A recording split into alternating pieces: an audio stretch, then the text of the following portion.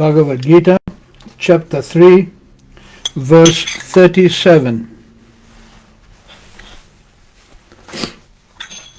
Jaya Radha Madhava Kunja Bihari.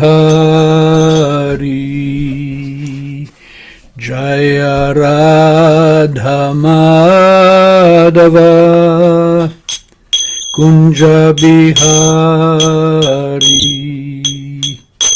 Jaya Gopi Jana Vallabha Girivaradhari. Jaya Gopi Jana Vallabha Girivaradhari. Yashodanandana Braja Jana Ranjana. Yashodanandana Braja Jana Ranjana. Jamuna Tira Banachari. Jamuna Tira Banachari. Jaya Radha Madhava Kunja Bihari. Jaya Radha Madhava Kunja Bihari. Jaya Gopi Jana Vallabha Girivaradhari. Jaya Gopi Jana Vallabha Girivaradhari. Yashodanandana Braja Jana Ranjana. Yashodanandana Braja Jana Ranjana. Jamuna Tira Vanachari. Jamuna Tira Vanachari. Jaya Radha Madhava Kunja Bihari. Jaya Radha Madhava Kunja Bihari. Jayam Vishnupada Paramahamsa Paribrajakacarya Astotara Sata Shri Srimadhesi Bhaktivedanta Swami Shri Prabhupada Ki Jai. Ananta Koti Vaishnava Vrinda Ki Jai. Namacharya Sila Haridas Thakur Ki Jai. Prinsika Ho Shri Krishna Chaitanya Prabhu Nityananda Shri Advaita Gadadhar Shri Vasari Gaura Bhakta Vrinda Ki Jai. Shri Shri Radha Krishna Gopa Gopinath Shama Kunda Radha Kunda Giri Govardhan Ki Jai. Vrindavan Mathura Dham Ki Jai. Navadip Mayapur Dham Ki Jai. Jamuna Mai Ki Jai. Ganga Mai Ki Jai. Bhakti Devi Ki Jai. Tulsi Devi Ki Jai. Samaveta Bhakta Vrinda Ki Jai. All glories to the assembled devotees. All glories to the assembled devotees. All glories to the assembled devotees. Bhagavad Gita, chapter 3, verse 37. Shri Bhagavan Uvasha Kamaesha Krodaesha Rajoguna Samudbhavaha Mahashanu Mahapatma Vidyanam Hiyavairinam. Shri Bhagavan Uvacha Kamaesha Krodaesha Rajoguna Samudbhavaha Mahashano Mahapatma Vidyanam Hiyavairinam. Shri Bhagavan Uvacha Kamaesha Krodaesha Rajoguna Samudbhavaha Mahashano Mahapatma Vidyanam Hiyavairinam. Shri Bhagavan Uvacha, the personality of God had said, Kama, lust, Esha, all these, Krodha, wrath. Esha, all these. Guna, the mode of passion. Samudbhavaha, born of. Maha, Shana, all devouring. Mahapapma, greatly sinful. Vidhi, no. Mam, this. Iha, in the material world. Vairinam, greatest enemy. Translation and purport by Srila Prabhupada. The Blessed Lord said, it is lust only, Arjuna, which is born of contact with the material mode of passion, and later transformed into wrath, and which is the all-devouring, sinful enemy of the world. Purport. When a living entity comes in contact with the material creation, his eternal love of Krishna is transformed into lust, in association with the mode of passion. Or, in other words, the sense of love of God becomes transformed into lust as milk in contact with sour tamarind is transformed into yogurt.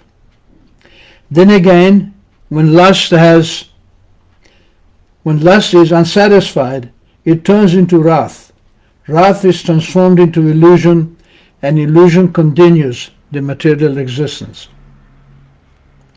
Therefore, lust is the greatest enemy of the living entity, and it is lust only which induces the pure living entity to remain entangled in the material world.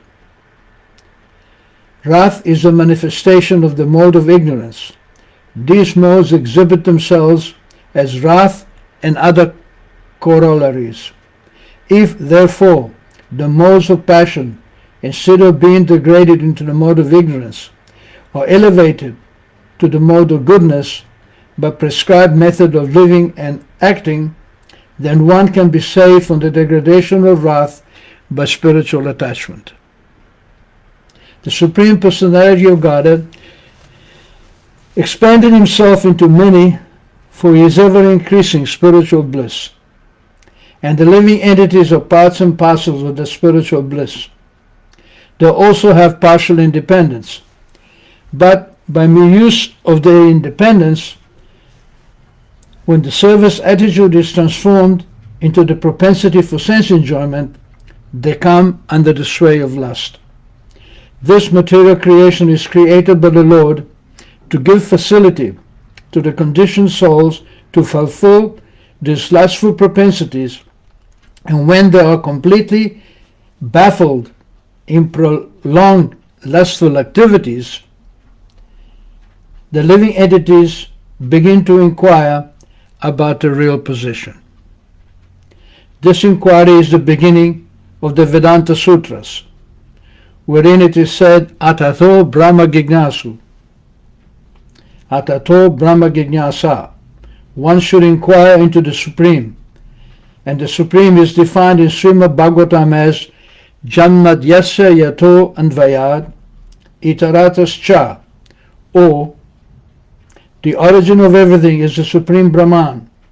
Therefore the origin of lust is also the same, the Supreme. If therefore lust is transformed into love for the Supreme, or transformed into Krishna consciousness, or in other words, desiring everything for Krishna, then both lust and wrath can be spiritualized. Hanuman, the great servitor of Lord Rama, engages wrath upon his enemies for the satisfaction of the Lord. Therefore, lust and wrath, when they are employed in Krishna consciousness, become our friends instead of our enemies. Sri Bhagavan Uvacha, Kama Esha Krodha Esha Rajaguna Samudbhavaha Mahashana Mahapapma Vidyanam Hyavairinam. So it is said that God enjoys unlimitedly. We have a propensity to enjoy, and we want to enjoy as much as possible.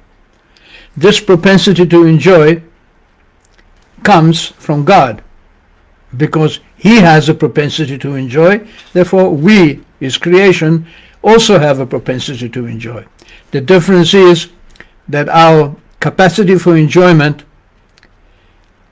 cannot be independently of God, because it is created by him. Whereas God's capacity for enjoyment is independent and transcendental, because it is created by no one. It is actually part and parcel of God. So how does God enjoy unlimitedly? It's very simple. Each one of us, each one of the living entities created by God, we contain in minute quantity all his qualities. And his most important quality is the quality of independence. No one can tell God what to do. No one can control God. No one is equal or greater than God. He is supremely independent. And he has given us a modicum, tiny amount of independence, and there is a reason for it. The reason that Krishna has given us independence is so we can use it to love him. So that our choice to love him is not force, because if it is force, it's not love. If I point a gun at you and say, if you don't love me, I'll kill you, you may pretend to love me, but it's not love. It is simply coercion. So in the same way, God does not interfere with our independence for two reasons. First reason is that it is part of who we are, and it does not interfere with that. The second reason is it is meant to be used in a positive, loving manner to connect with him. And since every living entity is different, there is no two living entities the same. Everyone is different. Everyone has his own propensities, desires, his own inclination, his own nature. And because everyone is different and God enjoys with everyone differently, my relationship with God is not the same as your relationship with God.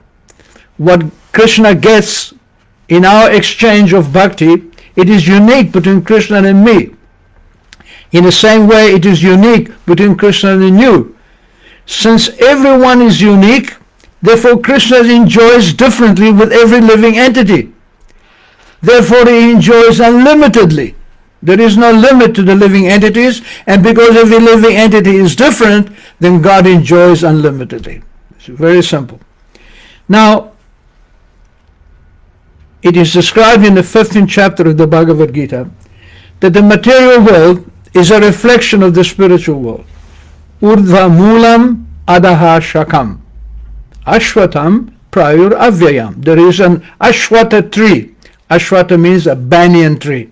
This banyan tree has roots going up. Urdhva means urva. See this tilak here? It's called urva pundra, going up, as against the Shiva or Mayavadi tilak, which is a cross. So urva means going up. So urdhva moolam, moolam means the roots. So roots going up. Adaha, going down. Shakam, the branches. Ashwatam, this tree, this banyan tree, is not your normal run-of-the-mill banyan tree, because it has roots going up and branches going down, which is the opposite. So what is this tree to be found? The real tree actually always has the roots going down and the branches going up.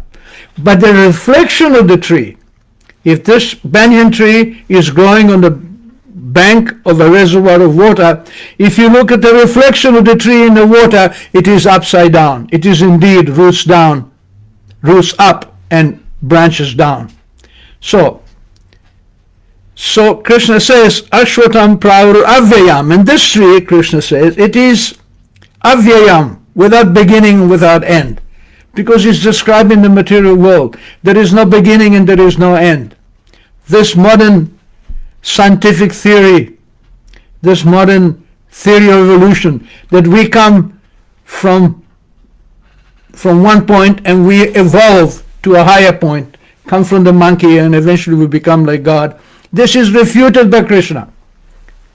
He says there is no beginning and no end to the material world, because it is constantly created and destroyed. In that way it is eternal. It is temporarily manifested, but it is eternally manifested, maintained and destroyed. So this tree is avyayam, Krishna says. You will not find the end to the material world. You cannot escape the material world. Chandamsi yasya parnani yastam veda sa veda vid. The leaves of this tree, parnani means the leaves, or the chanda. Chandamsi. Chanda means the Vedic mantras. Om Bhur Bhuva Swaha, Om Tat Vishnu Paramam Param. These are the chanda, or the mantras, expertly, who were supposed to be expertly chanted by the Brahmanas. So Chandasi Yasya Parnani, its leaves, the leaves of this tree, or the business of this material world, what makes up the material world, what is important, what is the reality in the material world, if any reality is there, or the Vedic hymns. Yastam Veda sa Veda Vid. And one who knows that really has knowledge. So what do the Vedic hymns teach us? The Vedic hymns teach us that the purpose of life is not unrestricted sense enjoyment. The purpose of life is not to exploit the material nature for our own pleasure. Because we do that, because we live in a society that doesn't understand what is the goal of life, there is competition, because I'm trying to satisfy me, my senses, you try to satisfy yourself.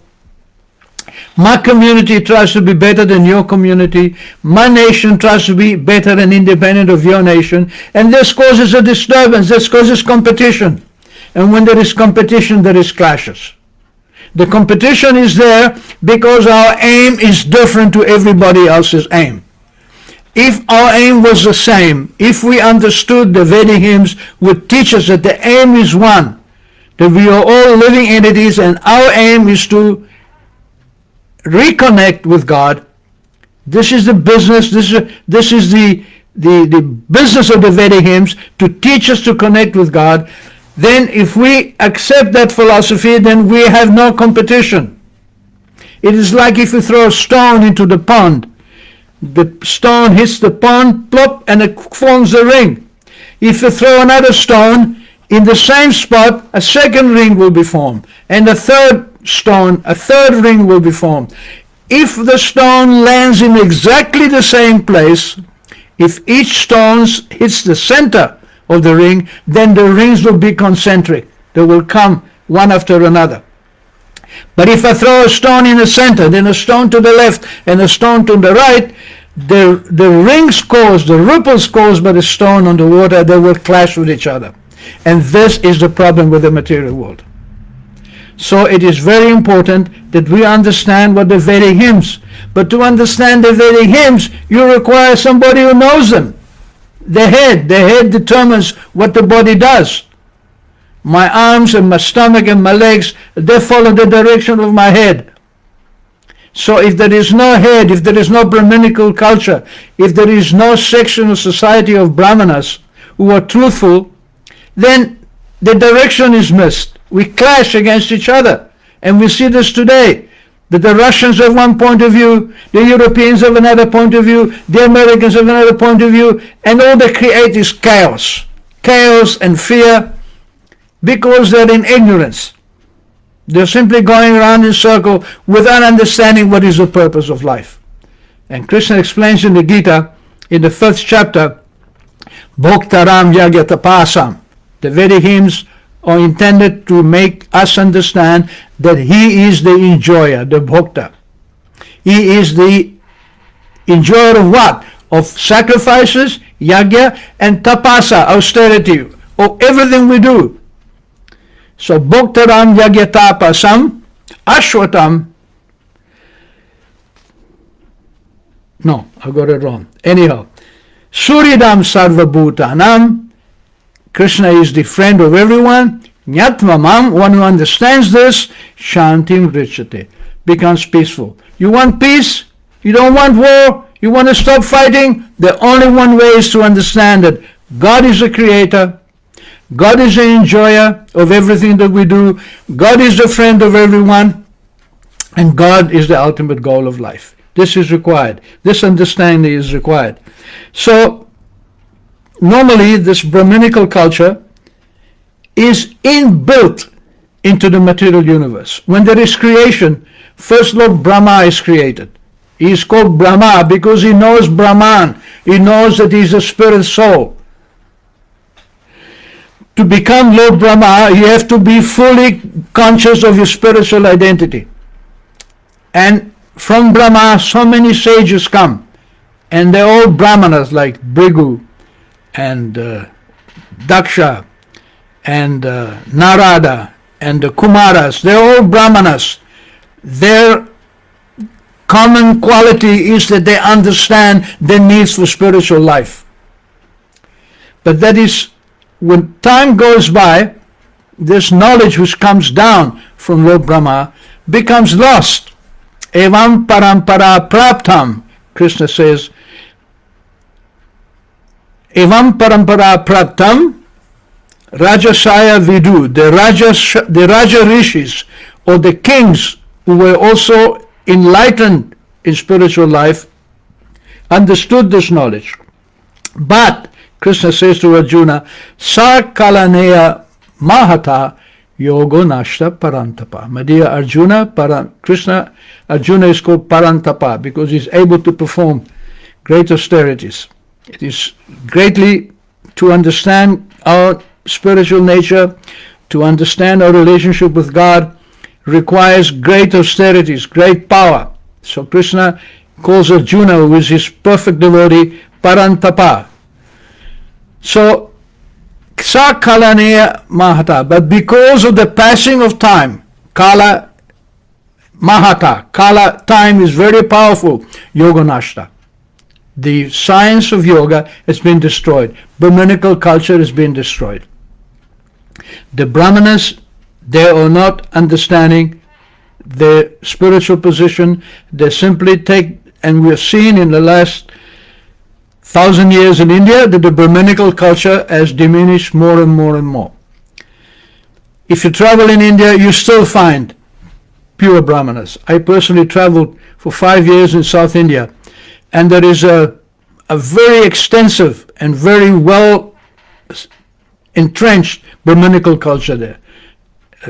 The Iyengar Brahmanas who worship Lord Vishnu and the Iyer Brahmanas who worship Lord Shiva, they are very, very prominent in society to this day, and you still find these Brahmanas have and practice the qualities and work of Brahmanas. What is the quality of the Brahmana? First of all, truth. That is the basic quality. Then, Shamo Dhamma Tapa Socham Shantir Arjavameva Cha Jnana Vijnana Astikyam Brahma Karma Swabhavajam. That the Swabhava, the inner nature, what a person really is of the Brahmana is Shama, is peaceful. Dhamma, he controls his senses. Tapa, he practices austerities by studying the Vedas. Socham is clean. Shamodama Tapa Socham. Shantir is tolerant, peaceful. Arjavam is honest. Evacha. Jnana Vijnana, he has knowledge and he has practical knowledge. These are the qualities of the Brahmanas. But because there are no such Brahmanas in these times, because this quality, because even in India you hardly find these Brahmanas, as I said. You find them in South India and certain parts, in certain holy places, in Benares, Navadvip, you still find some Brahmanas, but very rare. Mostly they are interested in their own family, in their own material prosperity. Because there is not such Brahminical culture, the situation has become spiritually degenerated. And of course, in the rest of the world, in Europe and America, Africa, Asia, there is no Brahmins, there is no understanding of spirituality. Even if there is some kind of religion, it is simply meant to satisfy the needs of the body. It is based on bodily concept. And as long as you remain in bodily concept, and you cannot understand your spiritual nature. And if you don't understand your spiritual nature, how can you make spiritual progress? If you're driving a car and it's not under your control, how can you get to the destination? You'll crash. the car is only useful as long as it is under the control of the driver. So in the same way, spirituality is very much dependent on Brahmanical culture. So we can understand it is a dire situation. We can understand that there is so much ignorance and so much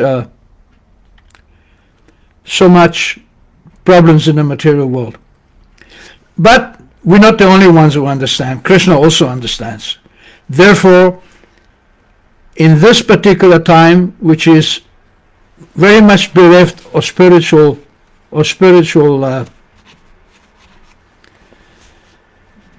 culture, Krishna has created a system of spirituality which takes that into account. And that system of spirituality is the chanting of the holy name of God. Hare Krishna, Krishna Krishna, Hare Hare, Hare Rama, Rama Rama, Hare Hare. It is the Maha Mantra. Mantra means how to do something, how to solve a problem. That's called the mantra. In fact, a king's minister is called a mantri, because the minister's job is to take care of business, to make things work. So a mantra is something which liberates the mind. Manas tra. Tra means to liberate, and mana means mind. Liberate the mind from the bodily conception of life. And the Maha Mantra is the greatest tool to do this. So Lord Chaitanya said, Kiba Nyasi, Kiba Vipra Shudra Kenunai, Je Krishna Tattva Veti, Say Guru Hoy. That it doesn't matter who you are, it doesn't matter where you come from. If you can understand Krishna Tattva, the knowledge about Krishna, the truth about Krishna, you can become a guru. And we were so fortunate that such a person fully and thoroughly understood and lived his connection with Krishna was Srila Prabhupada. And he came and he made sure that his knowledge would stay with us, not only through his personal example and teachings when he was personally with us, but in his books, in his lectures, in his letters. These are the great gifts of Srila Prabhupada. This is what we have to hear and learn. Here in the purport it is mentioned. Srimad Bhagavatam. Jammadyasya yashon vayati taratas charteshu bigyaswarat tenne brahmaridayadi kavaye muyanti yatsuraha tejo varim ridam sada vinimayo yatra trisargum risha damnasvena sada nirasta kuakam satyam param dimahi. The param satyam, the supermost, the greatest truth, dimahi, I should meditate at being someone from which everything comes. We study Srimad Bhagavatam because it is the commentary on Vedanta Sutra. It begins with the same verse, Jammad Yasya Yataha. This is the first verse of the Bhagavatam. Jamma, Adi, beginning with birth. We meditate upon what everything else comes. The one from which everything else comes. This is called Krishna. This is the Supreme Lord, the source, the fountainhead. And by chanting this mantra, there is no other rules. Even if you are the worst sinner, even if you make unlimited offenses, it doesn't matter. Simply by chanting this mantra, the offenses will be cleared up. But not if you offend Srila Prabhupada. We have to be very careful that we don't offend Prabhupada's work. We have to be very careful that we accept his work and his legacy as he gave it to us. That we don't change it. That we don't interpret it. That we don't make anything new out of it. We have nothing to add. We are nothing. We know nothing. Prabhupada gave us whatever knowledge we had. I have nothing. Prabhupada's mercy is all I have. Yogyata bichare kichu nai pai. If you examine me, I have nothing. Tomara karuna sar. I simply have your mercy. So, let us take advantage of Prabhupada's instructions, take advantage of his Bhagavatam. If you read the Bhagavatam every day and chant Hare Krishna mantra every day, it doesn't matter where you come from, you will be liberated. That is guaranteed.